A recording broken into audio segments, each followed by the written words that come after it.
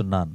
ఏది సంతోషంగా ఉన్న వారందరూ గట్టిగా చప్పట్లు కొట్టుచు దేవుని నామాన్ని కనపరుచుకుందాం. అలాగే అలాగే మీ పక్కవారికి చెయ్యి ఇచ్చి వందనాలు చెప్పండి. బాగున్నారా అని అడగండి. సమాధానం కలుగును గాక అని చెప్పండి. హల్లెలూయా. మా కొరకు ప్రార్థించండి అని కూడా చెప్పండి. దేవునికి మహిమ కలుగును గాక. మంచిది. మరి దేవుని యొక్క ప్రతి పరిస్థితిలో, దేవుని యొక్క ప్రతి ప్రసన్నతలో మనము దేవుని యొక్క ఘననామాన్ని మనము ఘనపరచుటకు ఎంతైనా మనము యోగ్యులము చేసిన దేవునికి 2 చేతులు ఎత్తి స్తోత్రములు చెబుదాం.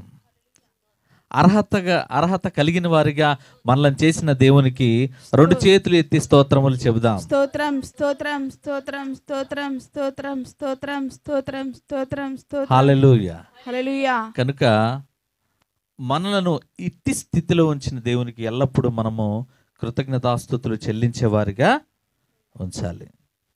హల్లెలూయా హల్లెలూయా హల్లెలూయా. మరి దేవాది దేవుడు మనందరినీ గత కాలమంతా తన కృపలో భద్రపరిచి చక్కని ఈవులతో మనల్ని నింపి సంతోషమైన సమాధానంతో మనలను ఉంచిన దేవునికి మరి నేను ఎంతగానో కృతజ్ఞతాస్తుతులు చెల్లిస్తున్నాను. హల్లెలూయా హల్లెలూయా. మంచిది. మరి ఇప్పటి వరకు పాటలతో, కీర్తనలతో, కృతజ్ఞతాస్తుతులతో, అంతేకాకుండా దేవునికి ఇష్టమైన దైవారాధన, ఆత్మారాధనతో మరి దేవుని నామాన్ని మహింపరిచారు. అందుని బట్టి స్తోత్రాలు. మహిమపరిచాం అనడం కంటే దేవుడే తన నామాన్ని మహింపరుచుకున్నాడు అనడం మేలు. అంతేనా కదా? ఏది జరిగినా మన జీవితంలో దేవుని కృప మాత్రమే.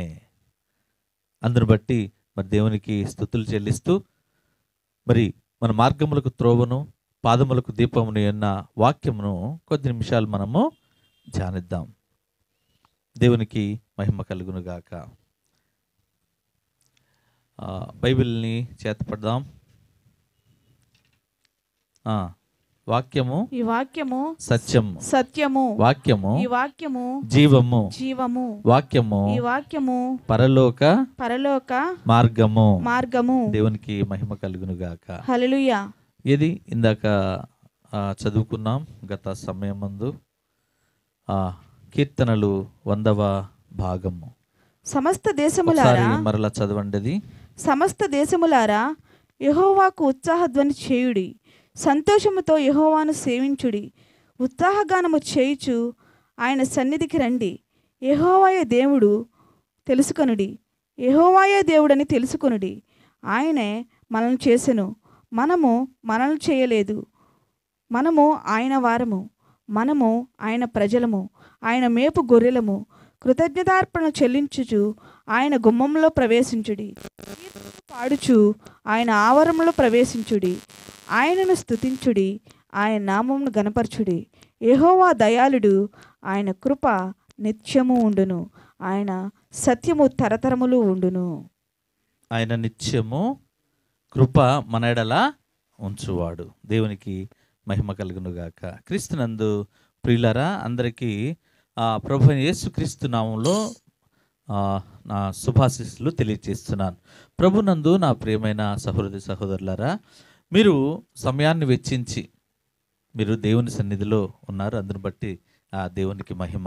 చూడండి, మన కొరకు సిలువపై బలి అయి, మన కొరకు ఆ రక్తాన్ని కార్చి, మన పాపాలు క్షమించి, గొప్ప రక్షణనిచ్చి, మనలను యోధులుగా, యోగ్యులుగా, మనలను అర్హత కలిగిన వారిగా, పరిశుద్ధులుగా, భక్తులుగా, నీతిమంతులుగా, నిందారహితులుగా మరి తీర్చిదిద్ది తన మహిమగల సింహాసనం వద్దకు, తన మహిమగల రాజ్యానికి పాత్రులుగా చేయడానికి, వారసులుగా చేయడానికి మనల్నందరినీ కూడా ఆయన సమకూర్చిన ఆ సర్వశ్రేష్టమైన పరిశుద్ధమైన యేసుక్రీస్తు వారి సర్వశ్రేష్టమైన నామంలో మీకందరికీ కూడా నా వందనాలు తెలియజేస్తున్నాను. వందనాలమ్మా. మరి గడిచిన 6 దినముల నుండి అద్భుతమైన ఆయన కృప మన ప్రతి బలహీనతను బలముగా మార్చింది. ఈ లోకంలో మన మీదకు వస్తున్న ప్రతి ఆపదను ఆశీర్వాదంగా మార్చింది. ప్రతి జాడే లేని దానిని ఆనవాలు ఏర్పరిచింది. కేవలం ఏంటంటే ఆయన కృప మాత్రమే. గట్టిగా చప్పట్లు కొట్టుచు దేవుని నామాన్ని కనపరుద్దాం. నేటి వాక్యాన్ని దేవుడు దీవించునుగాక. నేటి వాక్య ధ్యానాన్ని దేవుడు అంగీకరించునుగాక. నేటి వాక్యము ద్వారా మనతో దేవుడు మాట్లాడునుగాక. చెప్పండి, దేవుడు నాతో మాట్లాడునుగాక అని. దేవుడు నాతో మాట్లాడునుగాక. ఆమేన్. 2వ సమూయేలు గ్రంథము, పరిశుద్ధ జీవ గ్రంథములోని 2వ సమూయేలు గ్రంథము 7వ అధ్యాయము 29వ వచనం చదువుకుని దేవుని నామాన్ని మహింపరచుకుందాం. దయచేసి నీ దాసుడనైన నా కుటుంబము నిత్యము నీ సన్నిధి ఉండునట్లుగా దానిని ఆశీర్వదించుము. యెహోవా నా ప్రభువా, నీవు సెలవిచ్చియున్నావు. నీ ఆశీర్వాదము నుండి నా కుటుంబము నిత్యము ఆశీర్వదించబడునుగాక. దేవునికి మహిమ కలుగునుగాక. ప్రార్థన చేసుకుందాం. సకల ఆశీర్వాదములకు కారణభూతుడా మా ప్రియ పరలోకపు తండ్రి, మీకు శతకోటి నమస్కారాలు నాయనా. తండ్రి, నేనా మీరు ఎంతైనా పూజార్హులు, ఎంతైనా కీర్తనీయులు, ఎంతైనా ఘనపరచదగిన వారు తండ్రి. మీకు మహోన్నతమైన నామమునకు స్తోత్రములయ్యా. నైనా లోకులులా కాకుండా మీ వాడిగా, మీ దానిగా మీ సన్నిధిలో కూర్చోబెట్టారయ్యా. అందును బట్టి స్తోత్రాలయ్యా. 1 గంట మీ సన్నిధిలో గడిపే యోగ్యత నాకు ఇచ్చారు తండ్రి. అందును బట్టి స్తోత్రాలయ్యా. ఇదిగో చదవబడిన వాక్యం ద్వారా మీరు మాతో మాట్లాడండి. నిలబడిన నన్ను మరుగుపరచు ప్రభువా. మీ సిలువ చాటు నుంచి మీ స్వరమును మాకు వినిపించమని, మీ రక్తంతో మమ్మల్ని అందరినీ శుద్ధి చేయమని, ఆటంకపరిచే, గలిబిలిపరిచే, మత్తు కలిగిన ఎటువంటి క్రియలు ఈ స్థలమందు, ఈ మందిరమందు, ఈ ప్రాంగణమందు దూరపరచమని, వినగలిగే చెవులను, గ్రహించే మనస్సును మా అందరికీ దయచేయమని, వాక్యమును మీరు మాట్లాడుతూ ఉండగా వాక్యమును మదిలో స్థిరపరచబడినట్లుగా సహాయం చేయమని, ఈ వాక్యమును ఎవరు దొంగిలించకుండా సహాయం చేయమని నజరేయుడైన యేసుక్రీస్తు నామములో అడిగి వేడుకొంచున్నాము తండ్రి. ఆమేన్. ఆమేన్. మంచిది. ప్రభునందు ప్రియ దేవుని పిల్లలారా, 2వ సమూయేలు గ్రంథంలో 7వ అధ్యాయం 29వ వచనంలో ఒక కుటుంబం కనబడుతుంది. ఆ కుటుంబం కొరకు దేవునికి ప్రార్థిస్తున్న విధానం కనబడుతుంది. ఏమని అంటే ఆయన దావీదు గారు చేసిన ప్రార్థన ఏంటంటే, దయచేసి ఫస్టే రిక్వెస్ట్ ఏంటంటే, దయచేసి అంటే అయ్యా, దయచేసి అయ్యా, తగ్గింపుతో దయచేసి నా మాట వినండి అయ్యా. నా మాట వినా అంట్లా, అయ్యా దయచేసి నా మాట వినండి. దయచేసి మానవ జీవితం దయచేసి అనే దాని మీదే ఉండండి. రిక్వెస్ట్, ప్రతి వారు కూడా రిక్వెస్ట్గా ఉండాలి. దయచేసి నీ దాసుడనైనా నా కుటుంబము నిత్యము నీ సన్నిధిలో ఉండునట్లు ఆశీర్వదించు. ఇది రిక్వెస్ట్గా దావీదు గారు చేసే ప్రార్థన. దావీదు గారు ఏమని ప్రార్థన చేస్తున్నారంటే, తన కుటుంబము తన సన్నిధిలో, దేవుని సన్నిధిలో ఉండునట్లుగా నీవు ఆశీర్వదించు ప్రభువా అని దావీదు గారు చేస్తున్నారు. ఈ వాక్య భాగం వింటున్న దేవుని బిడ్డలారా, మనం కూడా ప్రార్థన చేస్తాం. ఎలా ప్రార్థన చేస్తామంటే, మనం అనేకమైన వాటి కొరకు ప్రార్థన చేస్తాం. మనకు ఈ లోకంలో అనేక అవసరతలు ఉన్నాయి, అనేకమైన కోరికలు ఉన్నాయి, ఇక ఎన్నటికీ తీరని వాంఛలు ఉన్నాయి. వీటన్నిటి కొరకు మనం ప్రార్థిస్తుంటాం.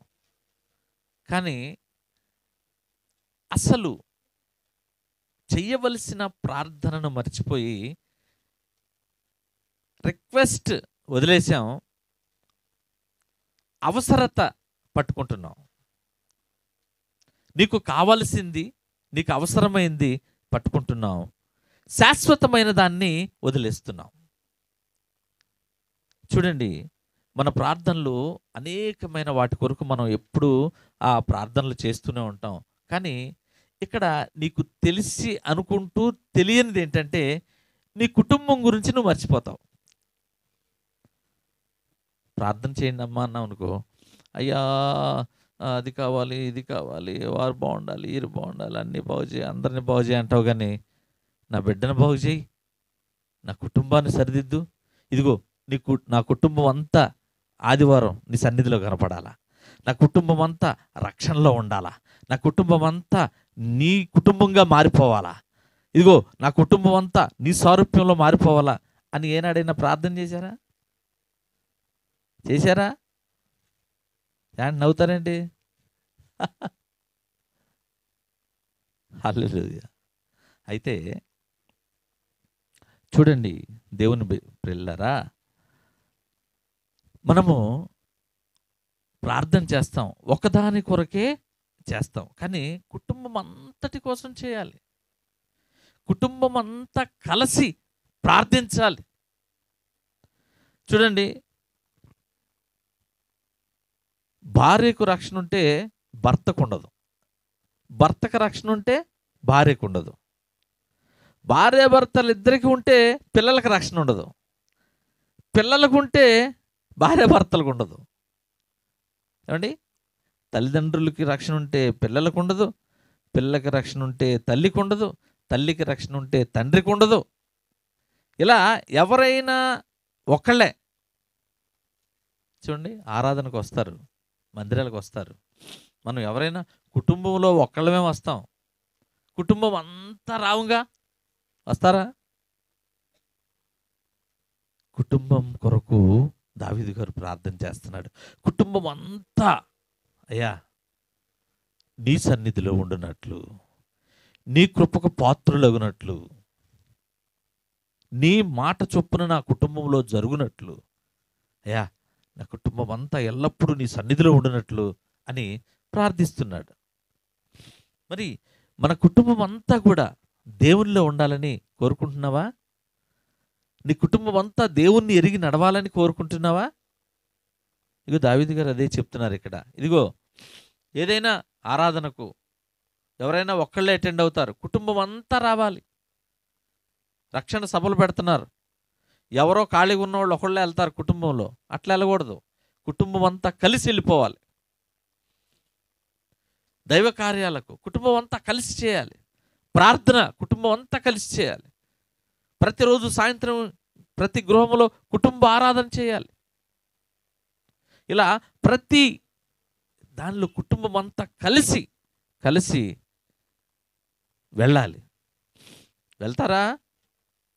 వెళ్తారండోయ్. ఎక్కడికి? ఎక్కడికి? ఏంటి సిగ్గుపడుతున్నారేంటి? ఎక్కడికి వెళ్తారు? ఎక్కడికి వెళ్తారంటే, పిల్ల జల్ల అందరిని, ఇంటి పక్కన వాళ్ళందరినీ పోగేసుకుని పెళ్ళి భోజనాలకైతే వెళ్ళిపోతామండి. వెళ్ళిపోతామా లేదా? పెళ్ళింటికి భోజనాలు ఏంటి కనుక్కుని మరీ మనం వెళ్ళిపోతాం. అలాగే అలాగే మనము కలిసి అందరూ వెళ్ళేది ఎక్కడికంటే, సినిమాకి తప్పకుండా వెళ్తారండి, పార్కులకి వెళ్తారండి. చక్కగా విలాసవంతమైన సమయాన్ని గడపడానికి నువ్వు రా, బాగోపోయినా కూర్చోవటమే బాగుంటుంది, అక్కడ నవ్వొస్తుంది, చెబుతారు, ఇగో గిరా గిరా తిరిగేది ఎక్కిత్తా అన్నీ చెప్తారు. చెప్పి రా బాగుంటుంది, అక్కడ కేఎఫ్సి కూడా ఉంటుంది తెలుసా అంటారు. పైగా అది తింటా ఎంజాయ్ చేయొచ్చు అని చెప్తారు.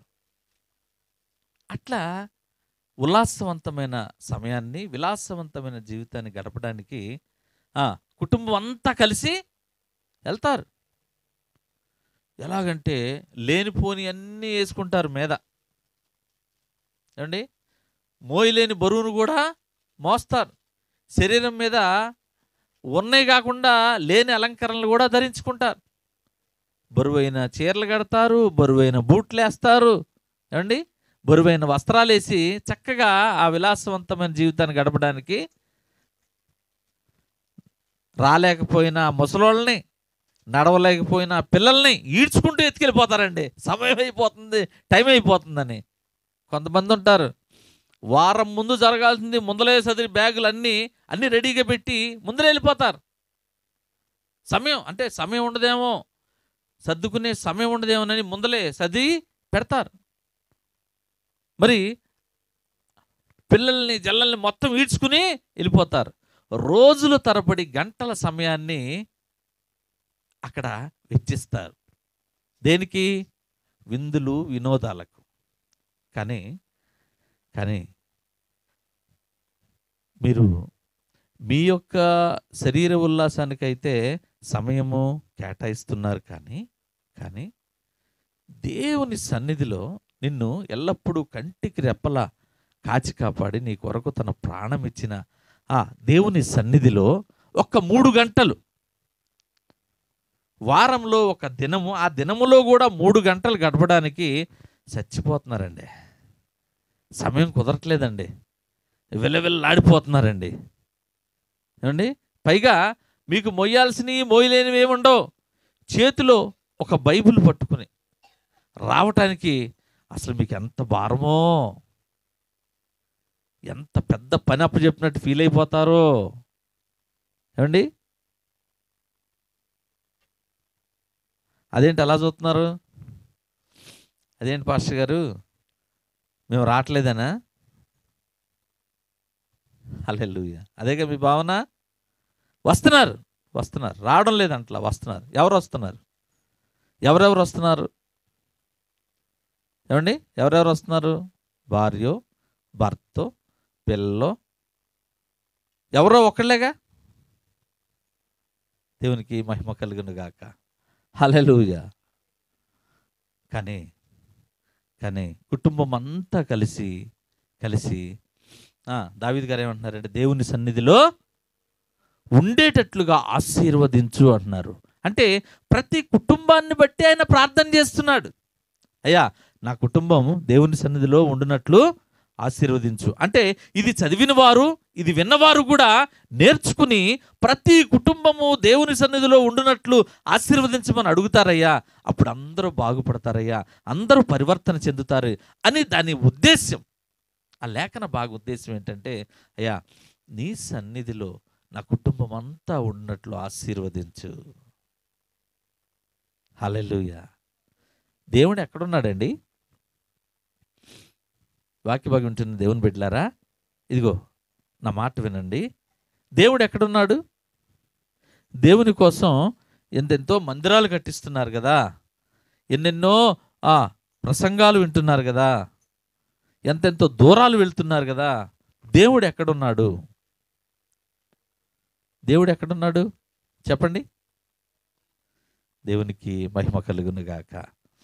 చూడండి, మీరు ఎవరో ఒకరు ప్రార్థనకు రావడం కాదు, కానీ కుటుంబం అంతా కలిసి ప్రార్థనకు వస్తే, కుటుంబం అంతా కలిసి దేవునిలో ఉంటే అది ఒక గొప్ప ఆశీర్వాదానికి మార్గం. దేనికనంటే మత్తయి సువార్త 18వ అధ్యాయము 20వ వచనంలో ఆయన చెప్తున్నారు. చూడండి, ఏ దేశమైనా, ఏ రాజ్యమైనా, ఏ ప్రాంతమైనా, ఏ నగరమైనా, ఏ వాడైనా, ఏ వీధి అయినా, ఏ ఊరైనా, ఏ గ్రామమైనా, ఏ ప్రాంతమైనా ఈ భూమి మీద 2-3 కలిసి నా నామములో కూడి ఉంటే వారి మధ్యన నేను ఉంటాను అని అన్నాడా లేదా? మరి దేవుడు ఎక్కడున్నాడని పరుగులు తీస్తున్నారు. దేవుడు ఎక్కడున్నాడు? ఎవరు 2-3 నా నామమున కూడి ప్రార్థిస్తారో వారి మధ్యలో నేను ఉంటానన్నారు. మరి ఈ లేఖన భాగం బట్టి దేవుడు ఎక్కడున్నాడు? ఇద్దరు ముగ్గురు మధ్యలో ఉన్నారా? ఆ ఇద్దరు ముగ్గురు ఎవరు? ఒక పదానికి అనేకమైన వ్యాఖ్యానాలు చేయవచ్చు. చూడండి, ఇద్దరు ఎవరో? భార్య భర్త, ముగ్గురు వారి పిల్లలు, అంటే కుటుంబం. ఈ కుటుంబం కలిసి ప్రార్థిస్తే వారి మధ్యలో ఎవరు ఉంటారు? మరి దేవుడు ఏంటి ఎక్కడో ఉన్నాడు అంటారండి? దేవుడు ఎక్కడో లేడండి, ఇదిగో నీ కుటుంబంలోనే ఉన్నాడు, నీ మధ్యనే ఉన్నాడు. అందుకే దావీదు గారు ప్రార్థన చేస్తున్నాడు, అయ్యా నా కుటుంబం నిత్యము నీ సన్నిధిలో ఉండినట్లు ప్రార్థన చేయి. అలాగే దావీదు గారి ప్రార్థన ఉద్దేశం అంతర్యం ఏంటంటే, అంతరంగికంలో దావీదు గారి అంతరంగములోని భావం ఏంటంటే, ప్రతి సర్వ మానవాళి యొక్క ప్రతి కుటుంబము ప్రార్థించాలి, వారి మధ్యలో దేవుడు ఉండాలి, దేవుని ఆశీర్వాదం ప్రతి కుటుంబము పొందాలి అని ఆయన ప్రార్థిస్తున్నాడు. గట్టిగా చప్పట్లు కొట్టుచు దేవుని నామాన్ని కనపరుద్దాం. హల్లెలూయా, దేవునికి మహిమ కలుగును గాక. చూడండి అమ్మా, మత్తయి సువార్త 18వ అధ్యాయం 20వ వచనం చదవండి. ఏలయనగా ఇద్దరు ముగ్గురు నా నామమున ఎక్కడ కూడి ఉందిరో అక్కడ నేను వారి మధ్య ఉందినని చెప్పాను. ఆ సమయమున పేతురు ఆయన యొద్దకు వచ్చి, ప్రభువా, నా సహోదరుడు నా ఎడల తప్పిదము చేసిన ఎడల నన్నెన్ని మార్లు అతను క్షమింపవలెను? 7 మార్లు మట్టుక అని అడిగాను. అందుకు యేసు అతనితో ఇట్లనెను, వారి మధ్యన నేను ఉంటాను. ఇద్దరు ముగ్గురు ఎవరు ప్రార్థిస్తే, అంతా కలిసి ప్రార్థిస్తే, అంటే వారి మధ్యన నేను ఉంటానని ఆయన చెప్తున్నాడు. కుటుంబం మధ్యలో ఎవరుంటారంటే నజరేయుడైన యేసుక్రీస్తు ఉంటారు. గట్టిగా చప్పట్లు కొట్టుచు దేవుని నామాన్ని కనపడుతుంది. ఆ ఇద్దరు ముగ్గురు ఎవరు అంటే నీ కుటుంబమే. నువ్వు ప్రతిరోజు నీ బిడ్డలను వేసుకుని, నీ భర్తను భార్యను దగ్గర పెట్టుకుని ఒక గంట సేపు, ఒక అరగంట సేపు ప్రార్థిస్తే మీ కుటుంబంలో ఎవరుంటారు? యేసయ్య ఉంటాడు. నీ కుటుంబంలో దేవుడు ఉంటాడు. నీ కుటుంబంలో యోగ్యత ఉంటుంది. నీ కుటుంబంలో సమృద్ధి ఉంటుంది. యేసు అంటే ఏంటండి? శాశ్వతమైన ప్రేమ. క్రీస్తు అంటే రక్షకుడు, అభిషిక్తుడు. ఆ పేర్లతో ఉన్న ఆ భావం నీ కుటుంబంలోకి వచ్చేస్తుంది. సర్వ సమృద్ధి, సర్వశక్తిమంతుడు. ఆయన బలము, ప్రభావము, సమృద్ధి, శాంతి, సమాధానం అన్నీ నీ కుటుంబంలో ప్రజ్వరిల్లుతాయి. కనుక కుటుంబం అంతా కలిసి నా సన్నిధిలో ఉండినట్లుగా అని దావీదు గారు చెప్పినట్లుగా ప్రతి కుటుంబం దేవుని సన్నిధిలో ఉండాలండి. కుటుంబం అంతా కలిసి ప్రార్థిస్తే ఏమవుతుంది? సమాధానం. కుటుంబం అంతా కలిసి ప్రార్థిస్తే శాంతి. కుటుంబం అంతా కలిసి ప్రార్థిస్తే ఫలం. కుటుంబం అంతా కలిసి ప్రార్థిస్తే దేవుని యొక్క ప్రసన్నత నీ కుటుంబంలో. కుటుంబం అంతా కలిసి ప్రార్థిస్తే దేవుని యొక్క మార్గం నీ కుటుంబంలో వేయబడుతుంది. కుటుంబం అంతా కలిసి మీరు ప్రార్థిస్తే దేవుని యొక్క సమాధానం మీరు పొందుకుంటారు. కుటుంబం అంతా కలిసి ఆరాధిస్తే దేవునికి మహిమ. కుటుంబం అంతా కలిసి పాడితే ఆయన నామానికి ప్రభావం. కుటుంబం అంతా కలిసి వాక్యం చదివితే ఆయన నామానికి ఘనత. కుటుంబం అంతా కలిసి దేవుని సన్నిధిలో గడుపుట దేవునికి ఇష్టమండి. కుటుంబం అంతా కలిసి దేవునిలో ఉండాలని దేవుని యొక్క ఆశ. కుటుంబం అంతా కలిసి దేవునితో సహవాసం చేయాలని ఆయన యొక్క తృష్ణ. అందుకే కుటుంబం కోసం దేవుడు ఒక వ్యవస్థను ఏర్పరిచాడు. ఏంటా వ్యవస్థ? అన్ని విషయముల్లో ఘనమైనదేంటి? వివాహము. విడివిడిగా ఉండువారిని వాక్యముతో హత్తుకుని ముడివేయునది వివాహము. ఈ విడివిడిగా ఉండేవారిని వివాహ వ్యవస్థ ద్వారా కుటుంబముగా ఏర్పరిచి తన నామాన్ని ఘనపరచడానికి దేవుడు ఆలోచించిన గొప్ప ప్రణాళిక ఈ వివాహం. చూడండి ఆయన ఆలోచనలు ఎలా ఉన్నాయో కుటుంబం పట్ల. అందుకని కుటుంబం అంతా కలిసి ప్రార్థించాలి. కుటుంబం అంతా కలిసి ప్రార్థిస్తే దేవుని యొక్క మహిమ ప్రభావం ఆ కుటుంబంలో పనిచేస్తుంది. దేవుని యొక్క ప్రసన్నత, ఆ అద్భుతమైన ఆ కృప ఆ కుటుంబము పొందుకుంటుంది. చూడండి అక్కడ. అంతేకాకుండా ఆయన వారి మధ్యన ఏంటండి, అంతా కలిసి ప్రార్థిస్తే, ఇద్దరు ముగ్గురు నా నామమున కూడి ప్రార్థిస్తే, అంటే ప్రతి కుటుంబము నా నామమున కూడి ప్రార్థిస్తే వారి మధ్యన, హల్లెలూయా, పగలు అగ్ని స్తంభమై, రాత్రి పగలు మేఘ స్తంభమై, రాత్రి అగ్ని స్తంభమే. ఆయన ఏముంటాడు? నీ మధ్యన ఉంటాడండి. హల్లెలూయా, హల్లెలూయా. ఆయన మీ మధ్యన ఒక రక్షణ శృంగమై ఉంటాడు. ఆయన మీ మధ్యన పాప విమోచకుడిలా ఉంటాడు. ఆయన మీ మధ్యన బలవంతుడిలా ఉంటాడు. ఆయన మీ మధ్య సర్వశక్తిమంతుడిలా ఉంటాడు. ఆయన మీ మధ్య అసాధారణమైన వాడిలా ఉంటాడు. ఆయన మీ మధ్య సాధ్యపరచువానిలా ఉంటాడు. ఆయన మీ మధ్య ప్రేమామయుడై ఉంటాడు. ఆయన మీ మధ్య ప్రతి సమస్యకు పరిష్కార మార్గమై ఉంటాడు. ఆయన మీ మధ్య ఎలా ఉంటాడంటే ప్రతి అవసరతను తీర్చేవానిలా ఉంటాడు. ఎప్పుడు ఏమండోయ్, ఆయన నామమున కూడుకోవాలి మీరు. మీ నామమున, ఎవరో నామమున, మీ యజమానుల నామమున, మీ అధికారుల నామమున కూడుకోకూడదు. అన్నీ చేయగలవాడు, అన్నీ ఇచ్చువాడు, ప్రతి అవసరతను తీర్చువాడైన యేసుక్రీస్తు వారి నామమున ఇద్దరు, ముగ్గురు, నలుగురు, ఐదుగురు, 10 మంది ఎక్కడ కూడినా వారి మధ్యన ఉంటాడు. ఈ వాక్య భాగం ద్వారా దేవుడు మన అందరితో మాట్లాడుతున్న మాట ఏంటంటే, అమ్మా, నీకు నీ సమస్యకు మధ్యలో ఎవరుంటానన్నాడు? దేవుడు ఉంటానన్నాడు.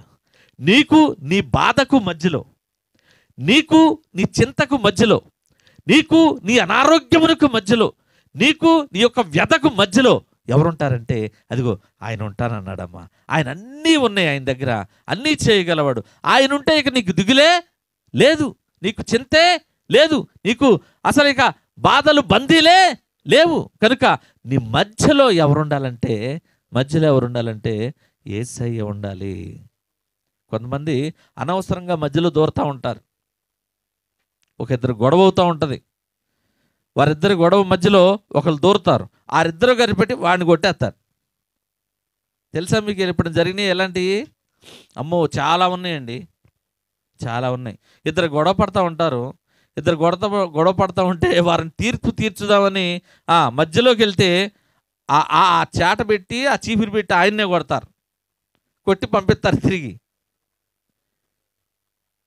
మధ్యలో ఎవరు ఉండాలంటే సమాధానం ఉండాలి. మధ్యలో. దేవునికి మహిమ కలుగును గాక. ఈ వాక్య భాగం వింటున్న కుటుంబాలారా, ఈ వాక్య భాగం వింటున్న కుటుంబమా, నా మాట వినండి.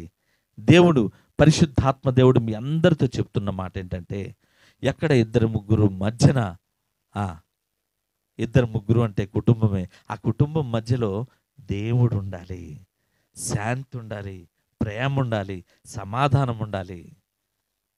ఆ కుటుంబాన్ని దేవుడు ఆశీర్వదిస్తాడు. దావీదు గారు అంటున్నారయ్యా, నీ సన్నిధిలో ఉండునట్లు ఆశీర్వదించు అంటున్నారు. ఇదిగో ఇలాంటి ప్రార్థన ఈ వాక్య భాగం వింటున్న దేవుని బిడ్డలారా ఎప్పుడన్నా చేశారా? ఇదిగో అయ్యా, నా కుటుంబం అంతా నీ సన్నిధిలో గడుపునట్లుగా ఆశీర్వదించు అని ఎప్పుడన్నా చేశారా?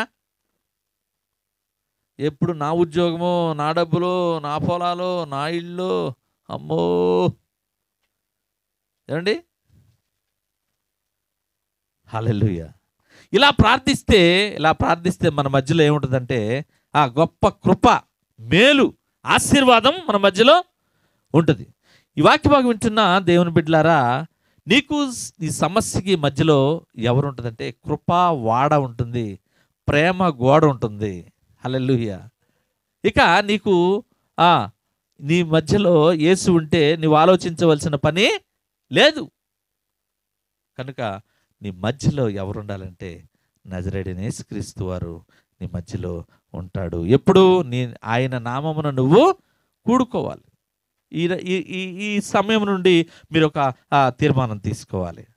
ప్రతిరోజు సాయంత్రం భోజనానికి ముందు నా కుటుంబాన్ని అంతా కలిసి, అయ్యా భర్త లేటుగా వస్తే ఆ లేటుగా వచ్చిన తర్వాతే భోజనం చేసే పర్వాలేదు. మీరందరూ కూడుకోవటం మెయిన్ కాన్సెప్ట్, అంతేగాని భోజనం భోజనం చేయకపోయినా, కింద పడుకున్నా, లేకపోతే కాళ్ళు చాప, ఇవన్నీ కాదు. కూడుకుని ప్రార్థన చేశారా లేదా అనేదే దేవునికి ముఖ్యం.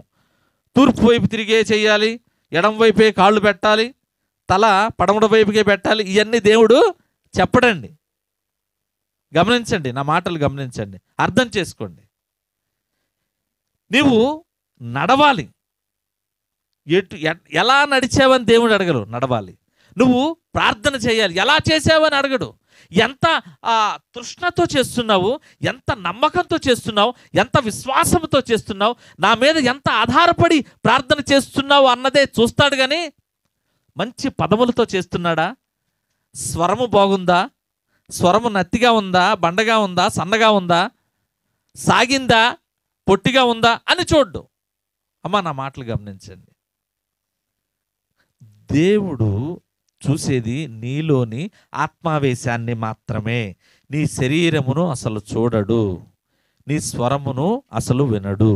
నీ యొక్క ఆత్మస్వరమును మాత్రమే ఆయన వింటాడు. నీ యొక్క ఆత్మారాధనను మాత్రమే ఆయన నాగ్రహిస్తాడు. ఆయన చూసేది నీ హృదయపు లోతుళ్ళు. ఆయన చూసేది నీ హృదయపు లోతుళ్ళు. కనుక కుటుంబం కొరకు మనము ప్రార్థన చేస్తున్నామా? దావీదు గారు అయితే, అయ్యా నిత్యము నిత్యము నిత్యము నీ సన్నిధిలో నా కుటుంబం ఉన్నట్లుగా సహాయం చేయి. దయచేసి నీ దాసుడనైనా నా కుటుంబము నీ సన్నిధిలో నిత్యం ఉన్నట్లు ప్రార్థన ఆ విధంగా మమ్మల్ని ఆశీర్వదించు. ఇలా ఎప్పుడైనా మనము చేశామా? ఏమండి, దావీదు గారు గొర్రెల కాపరి, మంచి విద్వాంసుడు. ఏ విద్వాంసుడు? సంగీత విద్వాంసుడు. ఆయన ఒక గొప్ప మ్యూజిక్ డైరెక్టర్ అప్పుడులోనే. మరి ఆయన దేవుని హృదయానుసారుడు, దేవుని చేతే సాక్ష్యము పలికించిన గొప్ప నమ్మకస్తుడు దేవునికి. ఇదిగో దావీదు నా హృదయానుసారుడు అంటాడు దేవుడు. అంతేకాకుండా యోధా ఇశ్రాయేలు సమైక్య రాజ్యాలకు ఆయన రెండవ రాజు. అంతేకాకుండా యేసుక్రీస్తు వంశావళికి మూల పురుషుడు ఎవరు? దావీదు గారు. ఇంతటి గొప్ప అర్హతలున్న వ్యక్తే ఏం చేస్తాడంటే, ప్రభువా అయ్యా దయచేసి నా కుటుంబం నిత్యము నీ సన్నిధిలో ఉండునట్లు ఆశీర్వదించు.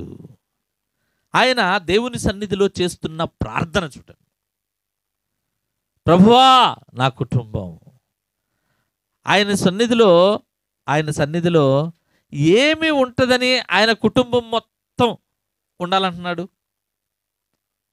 ఆయన సన్నిధిలో ఏముంటాయి అంటే ఆనందం, సంతోషం, ఆయన సన్నిధిలో తేజోమహిమ, ఆయన సన్నిధిలో ప్రత్యక్షత, ఆయన సన్నిధిలో ప్రసన్నత, ఆయన సన్నిధిలో మహాబల ప్రభావం, ఆయన సన్నిధిలో శక్తి సంపూర్ణత, ఆయన సన్నిధిలో పరిపూర్ణ బలం. అంతకు మించి నువ్వేదైతే ప్రతి క్షణము కోరుకుంటున్నావో అదే గొప్ప ఆశీర్వాదం ఆయన సన్నిధిలో ఉంటుంది. ఇదిగో ఇది కనిపెట్టాడండి దావీదు గారు. ఇవన్నీ సన్నిధిలో ఉంటాయి, అమ్మో సన్నిధిలో ఉంటే ఇవన్నీ మనము పొందుకోవచ్చు అని ఏం చేశాడు? అక్కడికి వెళ్ళి, అయ్యా నాకు ఏమంటే దావీదు గారికి ఆశలు ఉండవా?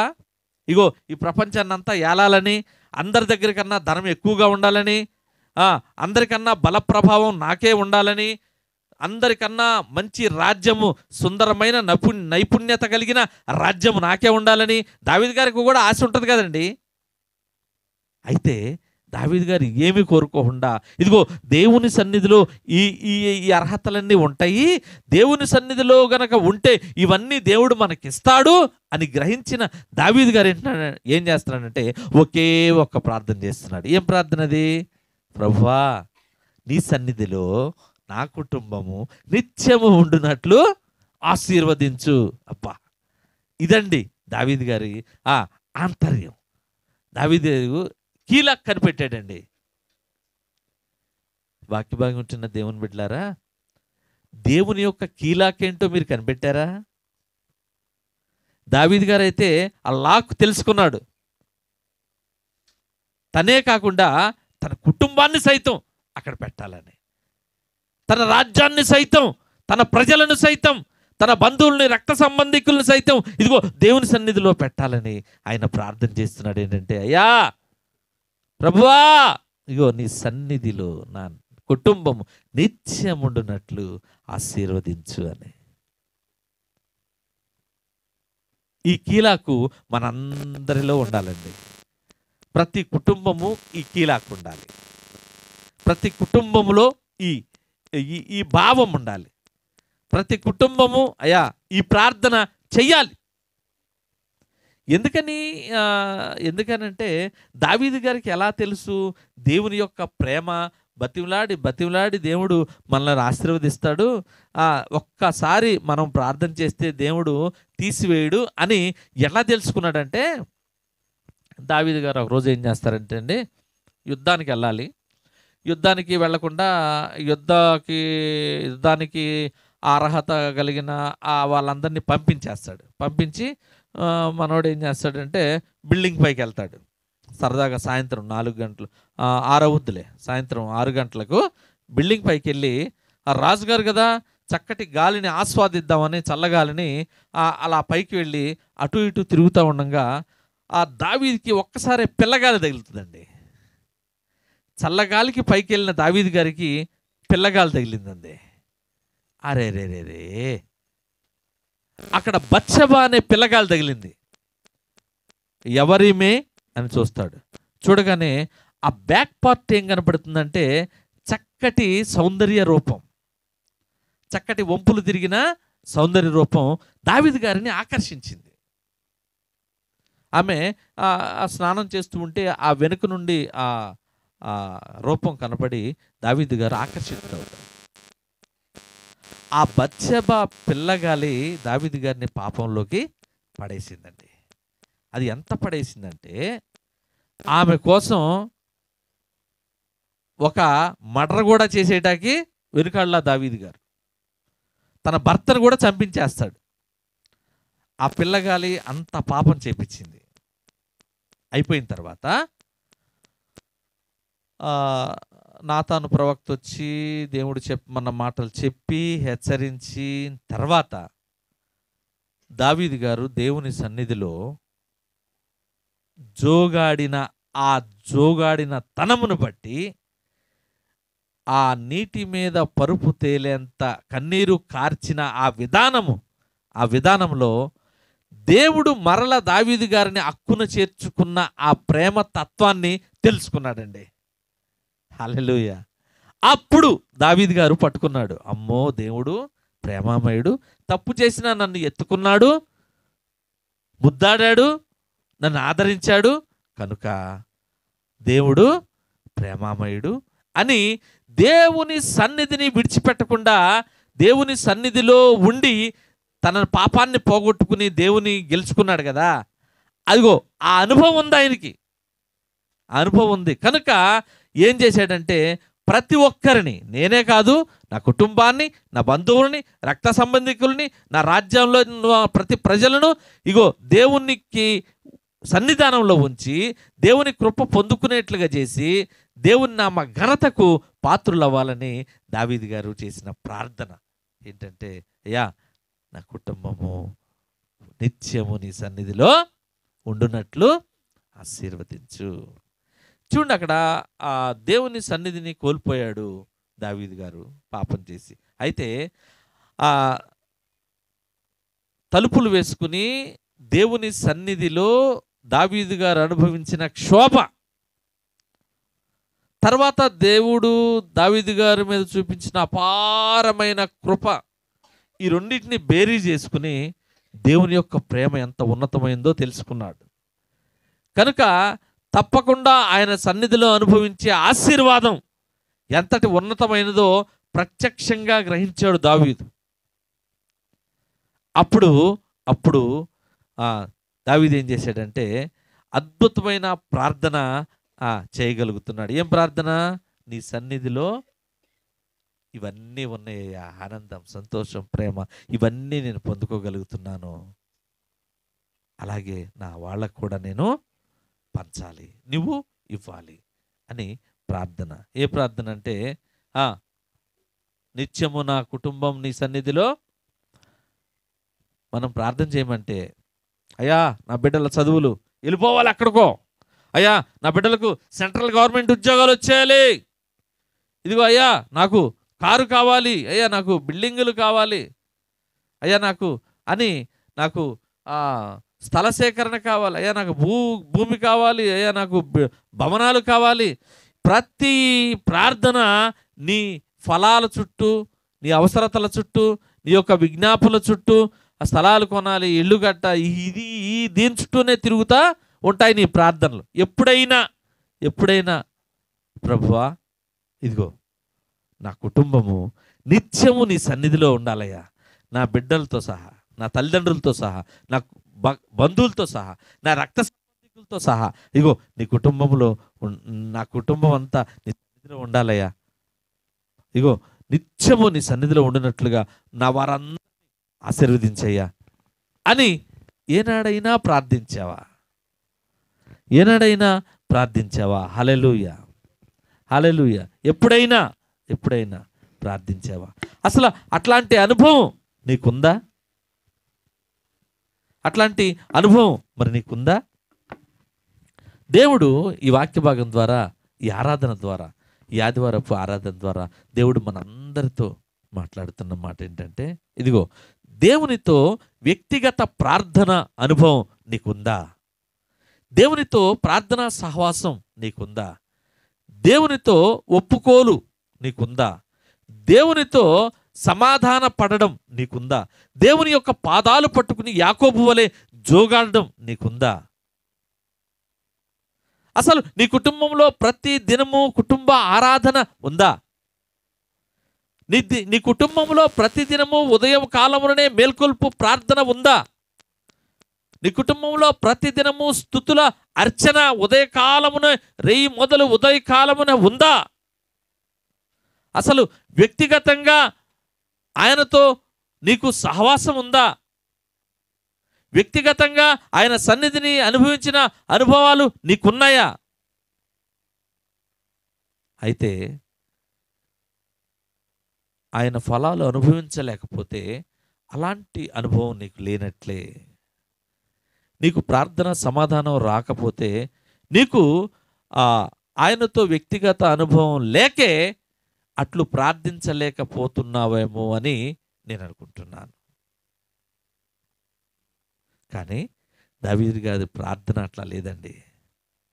దావీదు గారి ప్రార్థన దయచేసి నా కుటుంబమును అంటారా? ఒకసారి నాతో పాటు ఏకీభవించి ప్రతి ఒక్కరూ పూర్ణ ఆత్మతో, పూర్ణ ఒప్పుకోలు తనముతో మాట్లాడండి. దయచేసి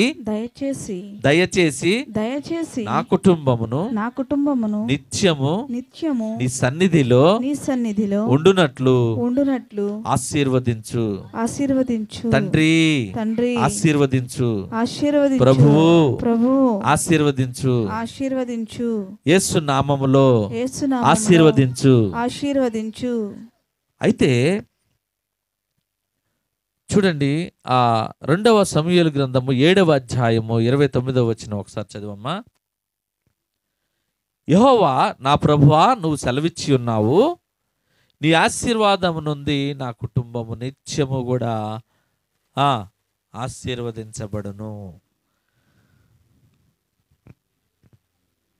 7వ అధ్యాయం 29వ వచనం. దయచేసి నీ దాసుడైన నా కుటుంబం నిత్యము నీ సన్నిధిలో ఉండినట్లుగా దాన్ని ఆశీర్వదించుము. హల్లెలూయా. దావీదు గారి ప్రార్థనలో ఒక 3 విషయాలు ఉన్నాయండి.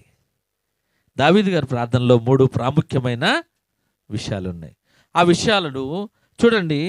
నిత్యము నా కుటుంబము దేవుని సన్నిధిలో ఉండునట్లు. ఎందుకని ఆయన నిత్యము దేవుని సన్నిధిలో ఉండునట్లు అని అంటున్నాడంటే, ముఖ్యముగా మనం ఏం చేయాలి అంటే, ఏంటండి నా కుటుంబాన్ని నేను చూసుకోవటం సరైంది కాదంటారా? నా కుటుంబాన్ని నేను చక్కగా మా అమ్మాయికి పెళ్లి చేశాను, మా అబ్బాయికి పెళ్లి చేశాను, నేను ఒక ఐడియాలజీ ప్రకారంగా వెళ్తున్నాను, పాస్టర్ గారు ఏంటి ఇంకా నీ కుటుంబాన్ని సరిచూసుకోవట్లేదు అంటాడు అంటే, ఈ వాక్య భాగం ఉంటున్న దేవుని బిడ్డలారా, ఈ నా మాటను వినండి. ఇదిగో దేవుడు చెప్పే మాట ఏంటంటే, ఈ ఆరాధనలో, ఆదివారపు ఆరాధనలో పరిశుద్ధాత్మ దేవుడు నీకు ఇస్తున్న మాట ఏంటంటే, మీరు భూసంబంధమైనవి వెదకమాకండి, ఈ లోకం యొక్క ఆశలతో మీరు సమకూర్చమాకండి, ఈ లోకం యొక్క ఆశలతో మీరు ఏకీభవించమాకండి. ఇగో మీరు ఎల్లప్పుడూ పైనున్న వాటినే వెదకుడి కానీ కిందన్న వాటి కొరకు మీరు ఆశ పడవద్దు. మీరు ఎల్లప్పుడూ కూడా పైనున్న వాటినే మీరు వెదకాలి, పైనున్న వాటి కొరకే మీరు ఆశపడాలి. దావీదు గారి ప్రార్థనలో కూడా 3 ప్రాముఖ్యమైన విషయాలు ఉన్నాయి. అవి నిత్యము నా కుటుంబం నీ సన్నిధిలో ఉండునట్లంటే, అయ్యా పని పాట మానేసి ఎప్పుడు ప్రార్థనలో కూర్చుంటే మాకు ఏది గడిచేది ఎట్టా అని అనుకుంటున్నారు చాలామంది. దావీదు గారు చెప్పిన మాట అది కాదండి. నీ లోకము ఈ లోకమే, ఈ లోకంలో నీ పనే, నీ పనిలో కూడా మంచి ఉండాలి, నీ పనిలో పరిశుద్ధత ఉండాలి, నీ పనిలో దేవుని యొక్క ప్రేమ ఉండాలి, నీ పనిలో గుణం ఉండాలి. ఇదిగో నీ పని దేవుని పని అయి ఉండాలి. అప్పుడు దేవుని పని నీ పని అవుద్ది. నీ పనిలో దేవుడు ఉండాలి, దేవుని పనిలో నువ్వు ఉండాలి. నీ పని దేవుడికి ఇష్టంగా ఉండాలి, దేవుని యొక్క కార్యము నీ పనిలో ఉంటుంది. చూడండి ఎంత అద్భుతమైన ఆయన ఆ మార్గం ఎలా ఉంటుందో. ఈ లోకంలో నువ్వు చేసే పని చేయాలి, కానీ నువ్వు చేసే పనికి కొన్ని అర్హతలు ఉన్నాయి. నువ్వు చేసే పనిలో నీవు ఈ లోక సంబంధమైనవేవి ఎత్తుక్కోకూడదు. ప్రతి పని కూడా పరలోక ఆశీర్వాదాల కొరకు, పరలోకపు మర్మాల కొరకు నువ్వు వెతకాలి. చూడండి దావీదు గారి ప్రార్థనలో 3 ప్రాముఖ్యమైన విషయాలు ఏంటంటే, ఆయన కుటుంబము నిత్యము దేవుని సన్నిధిలో ఉండాలి అని ఆయన చెప్తున్నాడు. అంటే ఆయన కుటుంబము నిత్యము దేవుని సన్నిధిలో ఉండాలి. కుటుంబము నిత్యము దేవుని సన్నిధిలో ఉండాలి అంటే, కుటుంబము దేవుని సన్నిధిలో ఉంటే ఏం పొందుకుంటుంది?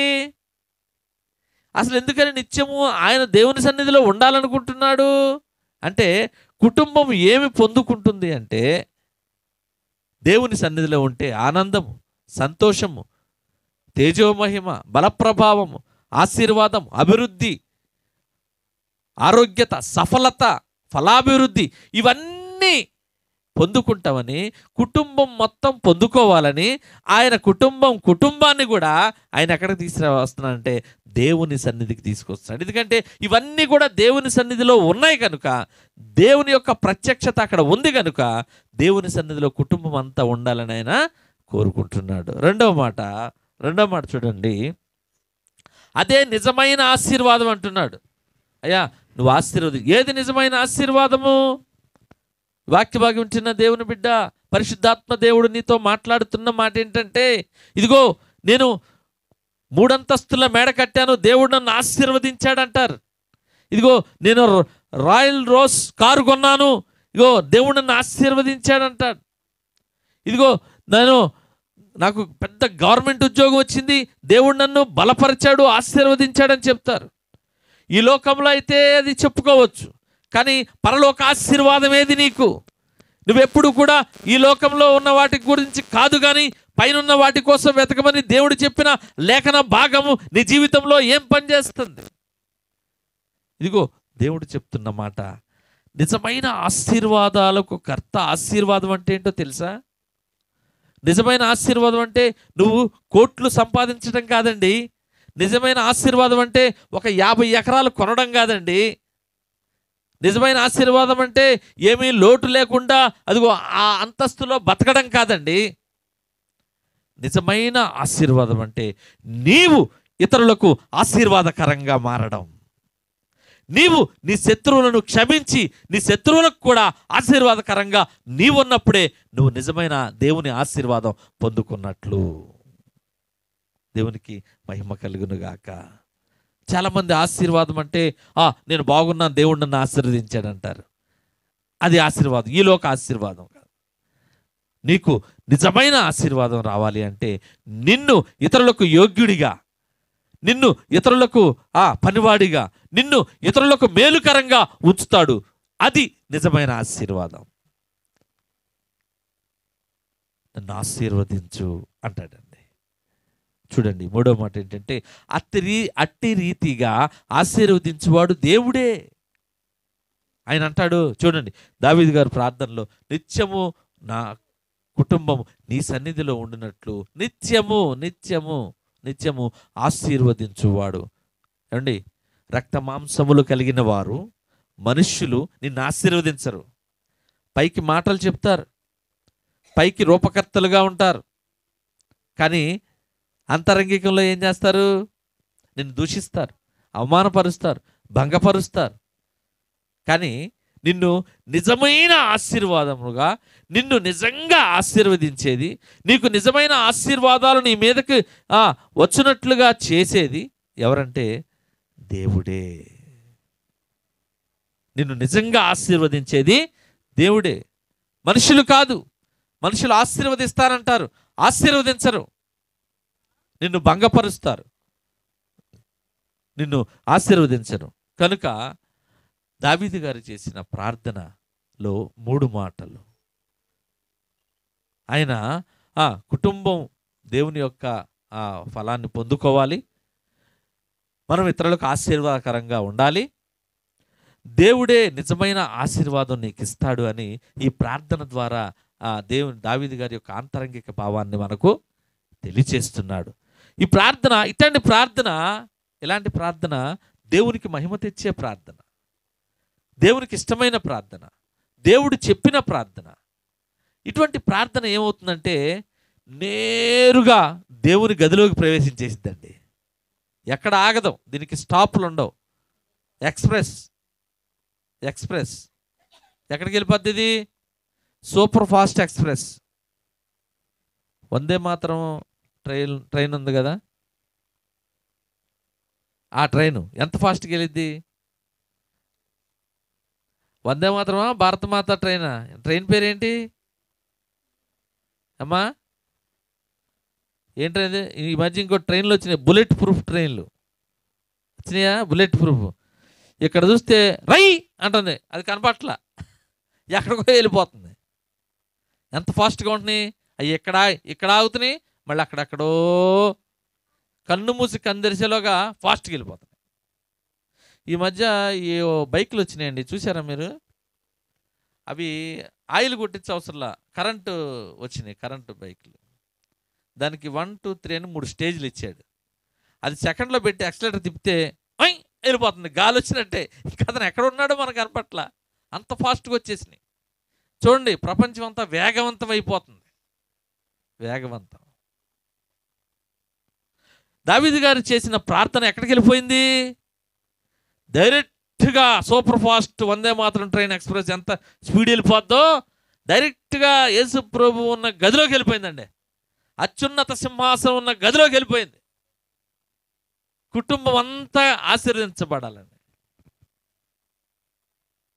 ప్రభువైన యేసుక్రీస్తు వారు కూడా శరీరధారిగా ఏదించింది కూడా దావీదు గారి వంశంలో నుండండి, దావీదు గారి కుటుంబాల్లో నుండేనండి, దావీదు గారి బంధువులు రక్త సంబంధికుల్లో నుండేనండి, దావీదు గారి వంశం నుండే ఆయన వచ్చింది. ఇంతటి ధన్యకరం క్రీస్తు జన్మం. మరి నిత్యము ఆయన సింహాసనం స్థాపించబడింది అంటే దావీదు గారి ప్రార్థనే. ఏమండి, ఏ రాజ్యము దావీదు గారి సింహాసనాన్ని కదిలించలేకపోయింది. ఏ రాజు వచ్చి దావీదు గారిని ఏయ్ అని బెదిరించలేకపోయాడు. భయము బెదురు లేకుండా దావీదు గారు రాజ్య పరిపాలన చేశాడండి. దావీదు గారు అంత కృప దేవుడు ఇచ్చాడు. నిజంగా ఎప్పుడైనా ఆలోచించారా నిత్యము మన కుటుంబం ఆయన సన్నిధిలో ఉండాలని? నిజంగా మీరు ఎప్పుడైనా థింక్ చేశారా నిత్యము దేవునిలో మనం గడపాలి అని? వాక్య భాగం వింటున్న దేవుని పిల్లలారా, అసలు అంతకు మించిన ఆశీర్వాదం మనకేం కావాలండి? ఆయన సన్నిధిలో ఉంటే అన్నీ వస్తున్నాయి. ఇంకా అన్నీ ఉంటే ఇంకా మనకి ఇంకేం కావాలి? మనం ఏం చేస్తామంటే అసలైంది వదిలేసి ఉట్టాటిని పట్టుకుంటాం. ఏమండి, ఇచ్చే వాళ్ళని వదిలేసి యవ్వనులను పట్టుకుని ఓకు ఏలాడతాం, ఓకు తిరుగుతాం, ఓకు వాళ్ళ అమ్మటే పరుగులు తీస్తాం. మత్తయి సువార్త 6వ అధ్యాయము 33వ వచనం చదవండి. చెయ్యాల్సింది వదిలేసి చేయకూడదు మనము చేస్తుంటాం, అందుకే మన కార్యాలు జరగవు. మత్తయి సువార్త 6వ అధ్యాయం 33వ వచనం చదువమ్మా. కాబట్టి మీరు దేవుని రాజ్యమును ఆయన నీతిని మొదట వెతుకుడి, అప్పుడు అవన్నీ మీకు అనుగ్రహించబడును. అసలు ఆయన సన్నిధిలో ఉంటే ఆయన ఆశీర్వాదం కన్నా మనకేం కావాలండి? ఆయన ఆశీర్వాదం ఉంటే మనకు చాలు. అసలు ఆశీర్వాదకు కర్తను విడిచిపెట్టి భౌతికమైన ఆశీర్వాదాల కోసం మనం తిరుగుతాం. ఆశీర్వాదాలకు ఆ కర్త, సమాధానముకు కర్తను విడిచిపెట్టి సమాధానం పొందుకోవాలని ఈ భౌతిక ఆశీర్వాదాలు ఇవ్వాలి భౌతిక ఆశీర్వాదాలకు కర్తలు అనుకుని ఆ కొండలు, ఆ గుట్టలు, ఆ పుట్టలు, ఆ చెట్లకి వెళ్ళి పూజిస్తూ ఉంటాం. అసలు మనం చేయవలసిందంటే ఫస్ట్ ఆఫ్ ఆల్ కాబట్టి ఆయన రాజ్యమును, ఆయన నీతిని మొదట వెతుకుడి. ఎందుకని ఆయన రాజ్యమును, నీతిని మొదట వెతకాలి అని అంటే, ముందు అవి వెతికితే ఆటోమేటిక్గా నీ భౌతికమైనవన్నీ కూడా సరైపోతాయి. హల్లెలూయా, హల్లెలూయా. ముందు ఆయన నువ్వు కనుగొంటే, ముందు యేసుక్రీస్తు వారిని నువ్వు అర్థం చేసుకుంటే, ముందు ఆయన లేఖనములు చదివితే, ముందు ఆయన యొక్క ఆజ్ఞలను గైకొంటే ఆటోమేటిక్గా నీ అవసరాలన్నీ తీరిపోతాయి. అది విడిచిపెట్టి మనం ఏం చేస్తామంటే, యేసు ప్రభు తర్వాత, ప్రార్థన తర్వాత చేసుకుందాం, ముందర పదరాళ్ళు వెళ్ళిపోతారు, ప్రార్థన తర్వాత చేద్దాం, ముందర పద మాట్లాడాలి వెళ్ళి. ఏం మాట్లాడతా? నువ్వు వెళ్ళి మాట్లాడితే మీ ఇద్దరి మధ్య సమాధానం కలుగజేయువాడు సమాధానకర్త అయ్యి వాణ్ణి విడిచిపెట్టి నువ్వు వెళ్ళిపోయి మాట్లాడితే సమాధానం అవుద్దా? అవదు. ముందుగా నువ్వు ప్రార్థించాలి. ప్రార్థిస్తే ఏమవుతుందంటే సమాధానం నీకంటే ముందుగా వెళ్తుంది. గట్టిగా చప్పట్లు కొట్టచ్చు, దేవుని నామాన్ని కనపడదాం. నువ్వు ప్రార్థించి మొదలు పెడితే ఆ కార్యం నీకన్నా ముందు వెళ్తుంది, అక్కడికి సఫలత దగ్గరికి. నువ్వు ప్రార్థించి బయలుదేరితే నీకు వచ్చే ఉద్యోగం నీకన్నా ముందు వెళ్తుంది ఆ ఫైల్లోకి. హల్లెలూయా. నీకు జరిగే కార్యము నీకన్నా ముందు ఉంటుందండి ప్రార్థన చేస్తే. ప్రార్థన చేయకపోతే నీ వెనకమాల ఉంటుంది, ప్రార్థన చేస్తే నీ ముందు ఉంటుంది. ఒకటే గుర్తుపెట్టుకోండి, ఏదైనా సరే ఏదైనా విషయమైనా, ఎట్టి స్థితిగతుల్లో అయినా, ఎట్టి అవసరత అయినా, ఎట్టి విజ్ఞాపన అయినా ప్రార్థన ముందుంటుంది, ప్రార్థన చేయకపోతే వెనక ఉంటుంది. నువ్వు నమ్మితే కార్యం నీ ముందుంటుంది, నమ్మకపోతే నీ వెనకమాల ఉంటుంది. విశ్వాసంతో ప్రార్థిస్తే ఇదిగో కార్యం అయిపోయి నీ ముందు నడుస్తూ ఉంటుంది. విశ్వాసం లేక ప్రార్థించావా అపనమ్మకంతో, ఇదిగో కార్యం వెనకాల ఉంటుంది, వెనక్కి వెళ్ళిపోతూ ఉంటుంది, నేను వెనక్కి లాగేస్తా ఉంటుంది. హల్లెలూయా. ప్రార్థన ముందు, ప్రార్థన చేయకపోతే వెనకమాల. ఒకటే గుర్తుపెట్టుకోండి. దేవునికి మహిమ కలుగును గాక. ముందు నీ అవసరత కాదు, ముందు నీ అక్కర కాదు, ముందు నీ పని కాదు, ముందు దేవుని పని. ముందు ఆయన నీతిని, రాజ్యాన్ని నువ్వు వెతికితే తప్పకుండా నీ ప్రతి అవసరతను ఆయన తీరుస్తాడు. ఇదే లాక్. హల్లెలూయా. మనమేమో ఆయన రాజ్యాన్ని, నీతిని పక్కన పెట్టి మన అవసరాల కోసం మనం ఏం చేస్తామంటే ప్రార్థించే వారంగా ఉంటాం. అయ్యో నాకు బాగాలేదు, అయ్యో నాకు మెడ నొప్పి, అయ్యో నాకు కాలు నొప్పి, నాకు క్యాన్సర్, అయ్యా నాకు వివాహం కాలేదు, నా గర్భాలు మనం అడిగేది.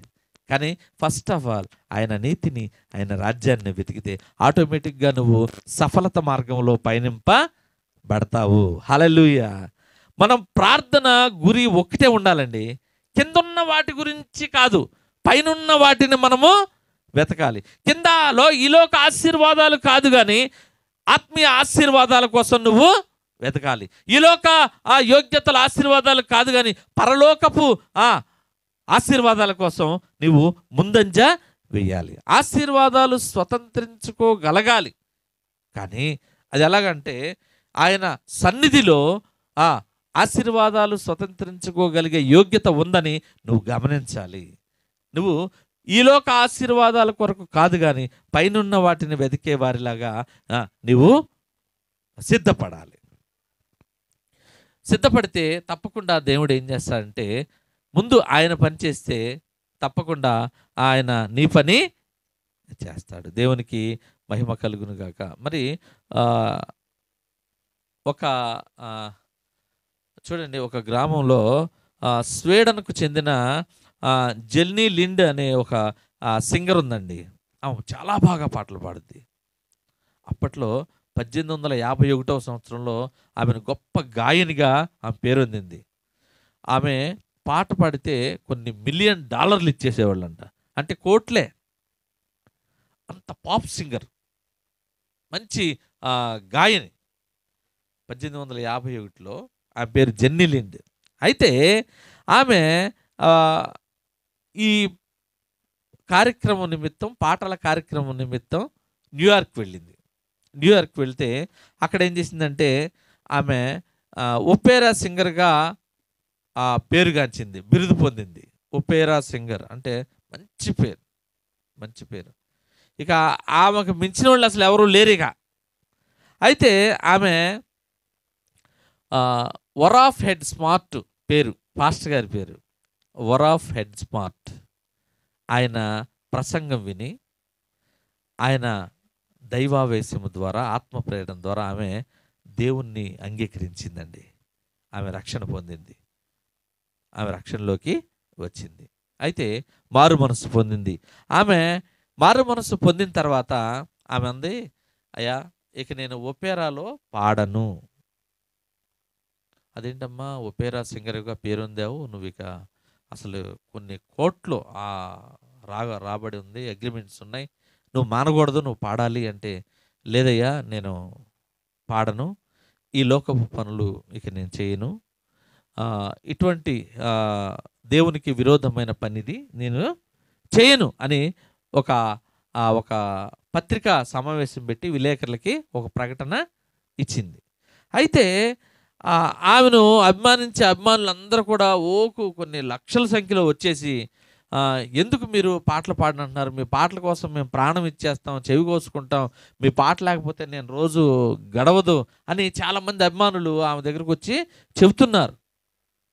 ఆమె మరి చాలా బాధపడుతూ ఒక పత్రికా సమావేశం పెట్టింది వీళ్ళందరికీ ప్రశ్నలకు సమాధానంగా. అయితే ఆ విలేకరుల సమావేశంలో ఒక విలేకరి అడిగాడు, అమ్మా నీవు ఎందుకని పాటలు పాడనంటున్నారు, కొన్ని కోట్ల ఆస్తిని కూడబెట్టే సంపదను వద్దనుకుంటున్నారు, మీరు ఎందుకు ఇలా మారిపోయారు అంటే, ఆమె ఒకటే మాట చెప్పింది, అయ్యా నేను నిజమును తెలుసుకున్నాను, సత్యాన్ని అంగీకరించాను, ఆ సత్య మార్గంలో నడవాలని అనుకుంటున్నాను, అందరూ తీసుకుంటున్నారు, ఎవరి పని వాళ్ళు చేసుకుంటున్నారు కదా, మీరెందుకు ఇలా నిరుత్సాహపడిపోతున్నారంటే, ఆమె చెప్పిన మాట ఏంటంటే, యావత్ క్రైస్తవ ప్రపంచాన్నే ఒక ఆలోచింపచేసే ఒక మాట మాట్లాడింది. చూడండి, ఈరోజు అందరూ కూడా నేను మారాను అన్నవారు, నేను పాస్టర్ని అయ్యాను అన్నవారు, నేను ప్రసంగం మంచిగా చేయగలను అంటున్నవారు, నేను అనేక దినాలు ఉపవాసాలుండి దేవుని ప్రత్యక్షతను పొందుకున్నాను అంటున్నవారు అనేక మంది ఉన్నారు ఈ క్రైస్తవ ప్రపంచంలో. వీరందరూ కూడా ఏం చేస్తున్నారంటే, ఈ లోక పనుల్లో ఉంటూ దేవుని పని కూడా చేస్తున్నారు.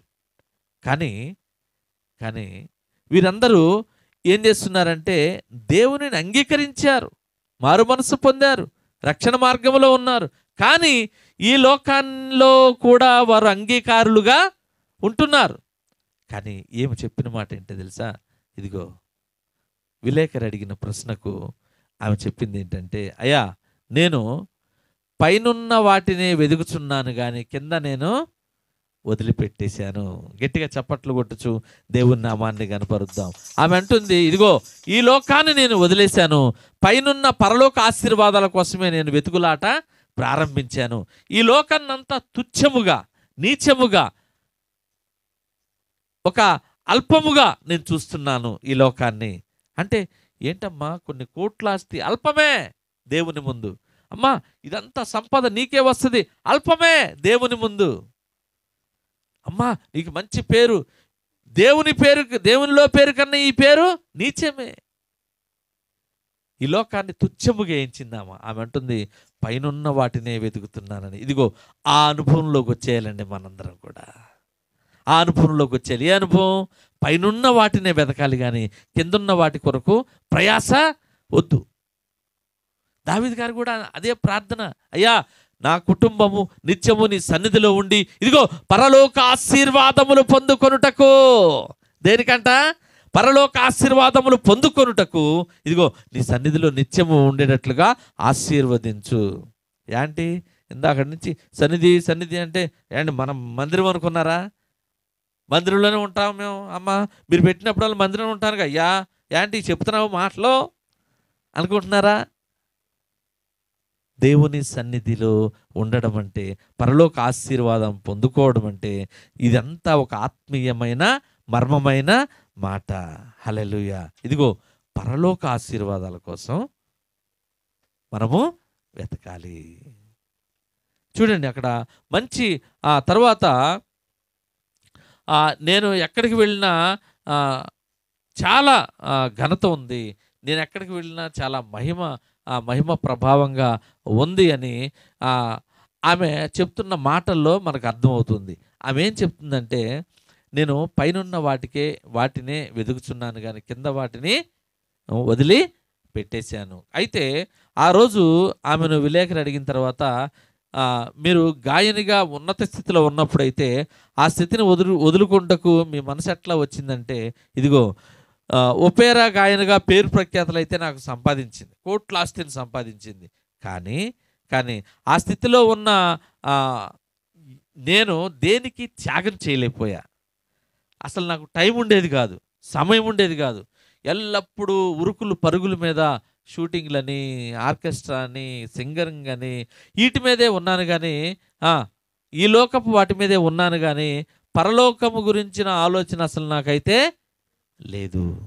నేను ఎందుకని ఈ లోకాన్ని వదిలేశాను అంటే, తీసివేశాను అంటే, ఇదిగో ఇప్పుడైతే నేను బైబిల్ చదువుకొనుటకును, ప్రార్థన చేసుకొనుటకును, ఇతరుల గురించి విజ్ఞాపనలు చేయుట కొరకును, ఆత్మహత్యలకు పాల్పడే వారిని రక్షించే విధముగాను నేను ప్రార్థన చేయటానికి నాకు సమయం ఉంది, విజ్ఞాపనలు చేయడానికి సమయం ఉంది. ఇప్పుడు పైనున్న వాటిని వెదకుటకు వెదికే యోగ్యత, ప్రార్థించే యోగ్యత నాకుంది. ఆ ప్రార్థన చేయడానికి ఆ సమయాన్ని నేను వెచ్చించగలుగుతున్నాను అని, అందుకే నేను ఈ లోకపు ఈ పేరు ప్రఖ్యాతలున్న మంచి ఇదిని ఒపేరా సింగర్గా నేను వదిలేశాను అని చెప్పిన గొప్ప మాట. అప్పుడు ఆమె ఒక నిర్ణయం, ఆమె అన్నాడు, విలేకరు అన్నాడు, మీరు మార్చుకోవచ్చుగా అన్నాడు. ఇక నేను మార్చుకోను, ఎందుకంటే నేను ఆల్రెడీ చచ్చి బ్రతికాను, నూతన జీవమును పొందుకున్నాను, నూతన జీవితాన్ని నేను పొందుకున్నాను. ఇక పైనున్న వాటినే వెదుగుటకు నాకు సంపూర్ణముగా నేను సమర్పించుకున్నాను. ఇదిగో ఈ అనుభవంలోకి మనం వచ్చేయాలండి. పైనున్న వాటిని వెదకుట కొరకే మన సమయాన్ని మనము వెచ్చించుకొని మన జీవితాన్ని సమర్పించుకోవాలి. పౌలు భక్తుడు కూడా ఆ లేఖనాల్లో అంటాడు, పైనున్న వాటి మీదనే మీరు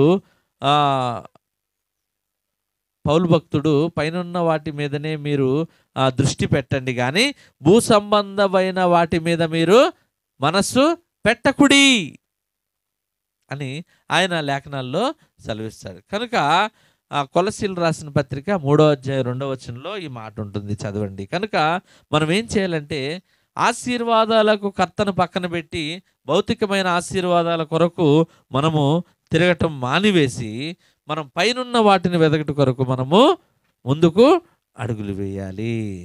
హల్లెలూయా.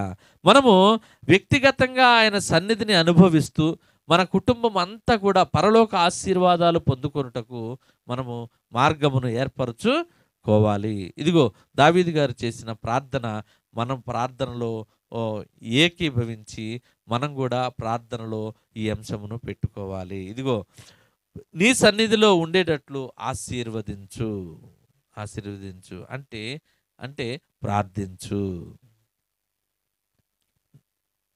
నీ దాసుడనైనా నా కుటుంబము నిత్యము నీ సన్నిధిలో ఉండునట్లు సహాయము చేయి. అంటే నీ సన్నిధిలో ఉండునట్లు ఆశీర్వదించు. నీ సన్నిధిలో ఉండునట్లు మనం కూడా అలాగే దావీదు గారి వలె ప్రార్థించాలి. అట్టి కృప, ధన్యత, సమాధానాన్ని దేవుడు మనందరికీ అనుగ్రహించునుగాక. ఈ వాక్య భాగం వింటున్న దేవుని పిల్లలారా, మీ మధ్యన దేవుడు ఉంటానని, ఇదిగో మీరు కలిసి కుటుంబం అంతా కలిసి ప్రార్థిస్తే నేను చేయలేనిది ఏమీ లేదని, కుటుంబం అంతా కలిసి ప్రార్థించి పరలోకపు ఆశీర్వాదాలు, మర్మమైన ఆ జ్ఞానం మీకు ఇస్తానని దేవుడు తేట తెల్లంగా మీతో మాట్లాడుతున్నాడు. ఇగో ఈ ఆదివారపు దినమున దేవుడు మనందరికీ చెప్తున్న మాట ఏంటంటే, కుటుంబం అంతా కలిసి ప్రార్థించాలి. కుటుంబం అంతా కలిసి పాటలు పాడాలి. కుటుంబం అంతా కలిసి వ్యక్తిగత ప్రార్థన చేయాలి. కుటుంబం అంతా కలిసి దేవుని వాక్యాన్ని ధ్యానించాలి. కుటుంబం అంతా కలిసి నిత్య సమాధానాన్ని పొందుకొనుటకు మనము మార్గముగా ఉండాలి. అట్టి ధన్యత ప్రభు మనందరికీ అనుగ్రహించునుగాక. అట్టి కృపా సమాధానాన్ని ప్రతి ఒక్కరూ పొందుకునేట్లుగా చేయునుగాక. మహాపరిశుద్ధుడా, మహోన్నతుడా, జీవాధిపతి, సర్వసృష్టికర్తమైన దేవా, మీకే వందనాలు తండ్రి, స్తోత్రాలు.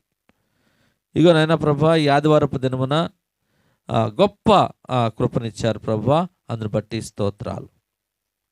ఇగో నీ సన్నిధిలో ఉండే భాగ్యాన్ని అయ్యా,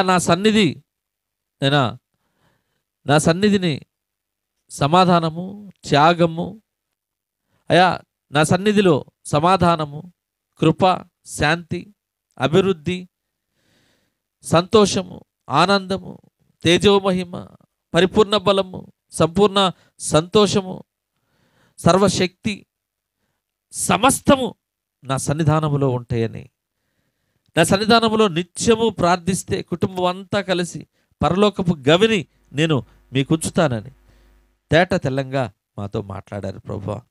అందును బట్టి స్తోత్రాలయ్యా, వందనాలు తండ్రి.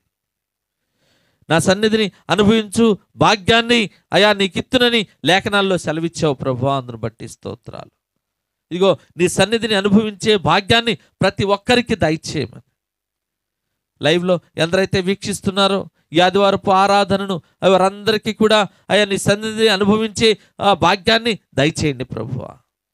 నీ సన్నిధిలో ఉన్న ఆనందము, సంపూర్ణ స్వస్థత ఆయా ప్రభువా, ఆరోగ్యము వారికి దయచేయమని ప్రార్థిస్తున్నా. నీ సన్నిధిలో సంపూర్ణమైన అయా ప్రభా శాశ్వతమైన ప్రేమ ఉందని, నీ సన్నిధిలో సంపూర్ణ ప్రత్యక్షత ఉన్నదని, నీ సన్నిధిలో అయా పరలోక జ్ఞానము ఉన్నదని, అవి మాకు అయా సంప్రాప్తిస్తావని అయా ప్రభా ప్రతి ఒక్కరికి తెలియజేయమని ప్రార్థిస్తున్నాం ప్రభు. మీకే వందనాలు తండ్రి, స్తోత్రం. దావీదు గారు ప్రార్థన చేశారు తండ్రి, దయచేసి నీ సన్నిధానములో నా కుటుంబం అంతా నిత్యము ప్రార్థించున్నట్లు ఆశీర్వదించు అని దావీదు గారు ప్రార్థన చేశారు ప్రభువా. మీకు వందనాలు తండ్రి. ఇదిగో ఇదే ప్రార్థన ఈనాడు మేము అందరం చేస్తున్నాం ప్రభువా. అయ్యా, మా కుటుంబాలతో సహా నీ సన్నిధిలో ఉండే భాగ్యాలను అయ్యా మాకు దయచేయమని, మమ్మల్ని ఆశీర్వదించమని, నీ సన్నిధిలో ఉండే గొప్ప మేలులు మా అందరికీ దయచేయమని, నీ సన్నిధిలో ఉండే గొప్ప ఆశీర్వాదం మా అందరికీ అయా ప్రజ్వరిలింపజేయమని, మా అందరి మీద కుమ్మరించమని సమస్తమును మీ చేతులకు అప్పచెప్తూ పునరుద్ధానుడైన యేసుక్రీస్తు వారి పరిశుద్ధమైన నామములో బ్రతిమలాడి అడిగి వేడుకుంటున్నాము తండ్రి. తండ్రి యొక్క ప్రేమ, కుమారుడి యొక్క కృప, పరిశుద్ధాత్మ యొక్క అన్యోన్య సహవాసము నిరంతరము మనకు తోడై సమాధానంతో నడిపించునుగాక. ఆమేన్, ఆమేన్, ఆమేన్. అందరం మోకాళ్ళపై లేచి